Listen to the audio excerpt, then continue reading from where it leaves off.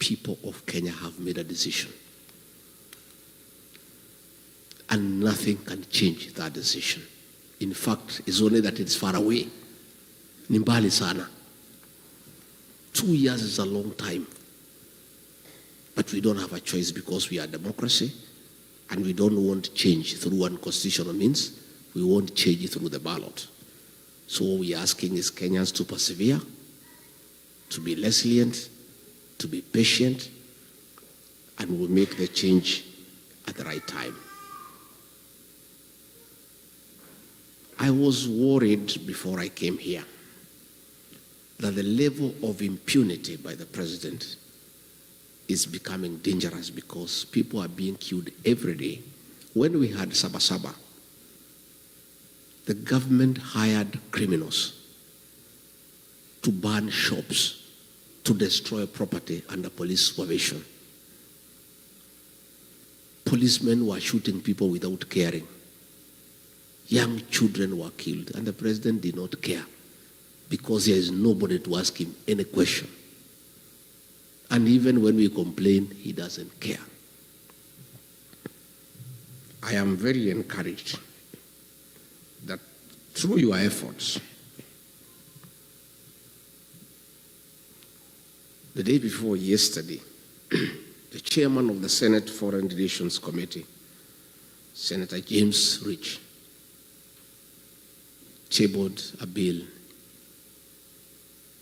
in the House calling for a review of the status of Kenya as a non-NATO ally for several reasons. Among them, that William Ruto is working with the terrorist groups, most notably RSF of Sudan, where he is in gold business with Hemeti, and where Kenya supplies arms to go and kill children and women in Sudan. The Americans have complained that he has also been doing business with Al-Shabaab. The Americans have called for investigations on abductions, extrajudicial killings, use of police to attack civilians, and other violation of human rights. And within 90 days, an investigation will begin and a report to be made within 180 days. And there is real panic in Nairobi. I saw William Ruto today fumbling with words, trying to explain himself, but trying to digress from the real issues. He was saying that the Americans have a problem with him because he is having a relationship with China. And he is having a relationship with China because it's good for the country. But he's running away from the real issues. And because he follows me wherever I am, it is good for me to tell him why the Americans have a problem. Not just the Americans, the people of Kenya. The Americans have just heard the cry of the Kenyan people, and they are raising issues. William Ruto, aka Kasongo, please, the Americans want to have an investigation to unearth your business dealings with Hemeti of RSF in Sudan, where you are doing gold business, and in reciprocity, supplying arms to the terrorist group to kill women and children in Sudan. You cannot run away with it because we have the evidence. I was your deputy when those meetings took place. I have all the details. And we are giving those details to the Americans. And we are right here in America.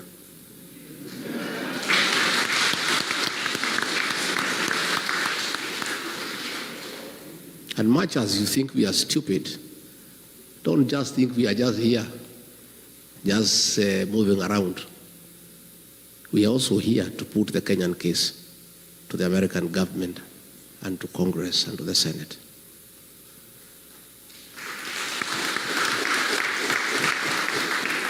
William Ruto, you need to know, the Americans want to know why you are working with Al-Shabaab.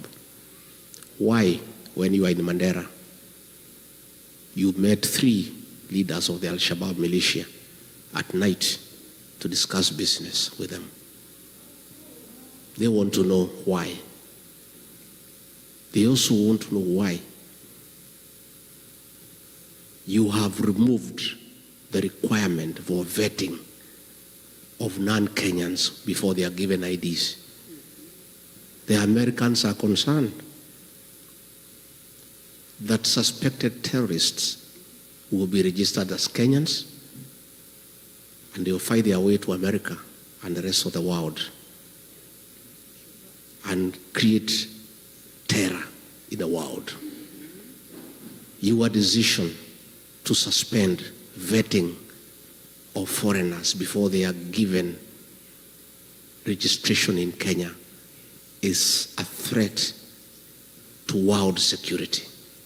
And not just the Americans are concerned, Kenyans are concerned too. And this you must answer.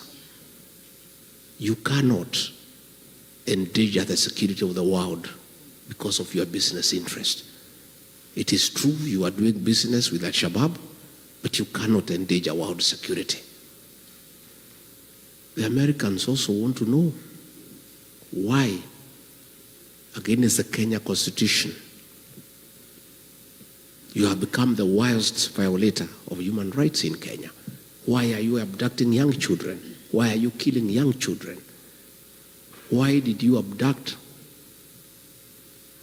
American, Turkey nationals of American origin who were abducted and disappeared? These are things that are in the radar of the American security system. You can play around with people in Kenya, but you cannot play with the American government. They have you on the radar. And the evidence is everywhere. And you cannot run away from it. So please, don't hide behind China. The issues you need to confront are well known to you. That you have compromised world security in pursuit of business interest.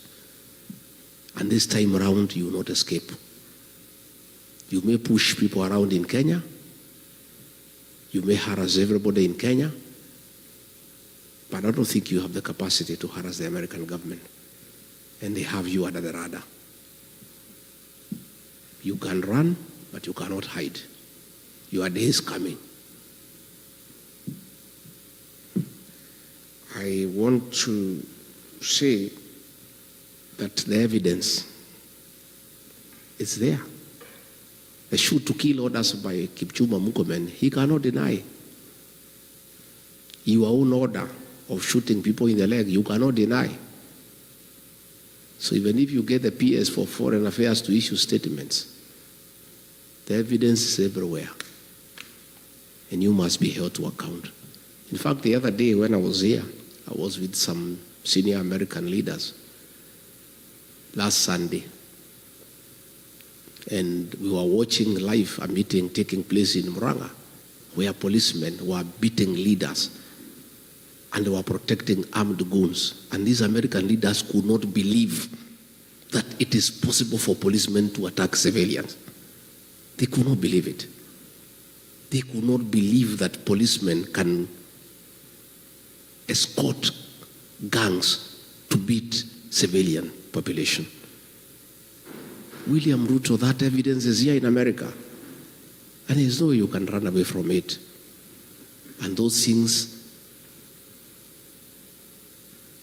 will come to light. On that matter, let me appeal to all of you. In your respective states, you have senators, you have elected, you have congressmen, you have elected. Please tell them about Kenya. Tell them to support this bill when it comes to the floor of the House. Give them details of what is happening in Kenya so that they are well informed, so that they can support the bill, so that a review is done. And our request to the American government and the American people, please don't punish Kenya because of the atrocities of William Ruto. Don't withhold military aid to Kenya. Don't withhold sharing of intelligence with Kenya. Don't withdraw all those facilities that come with that privilege of being recognized as an ally of the NATO states. All we are asking the American government to do, once you confirm all these concerns, help us. Don't have sanctions against the people of Kenya or our country. Please, just do the right thing. Impose sanctions on William Ruto as a person, never to come to America.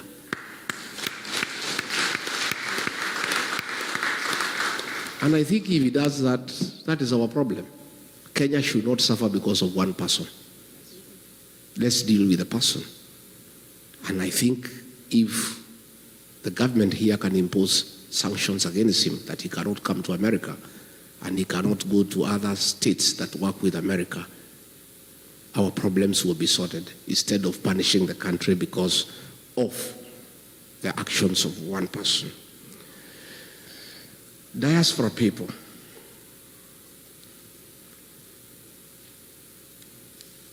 You people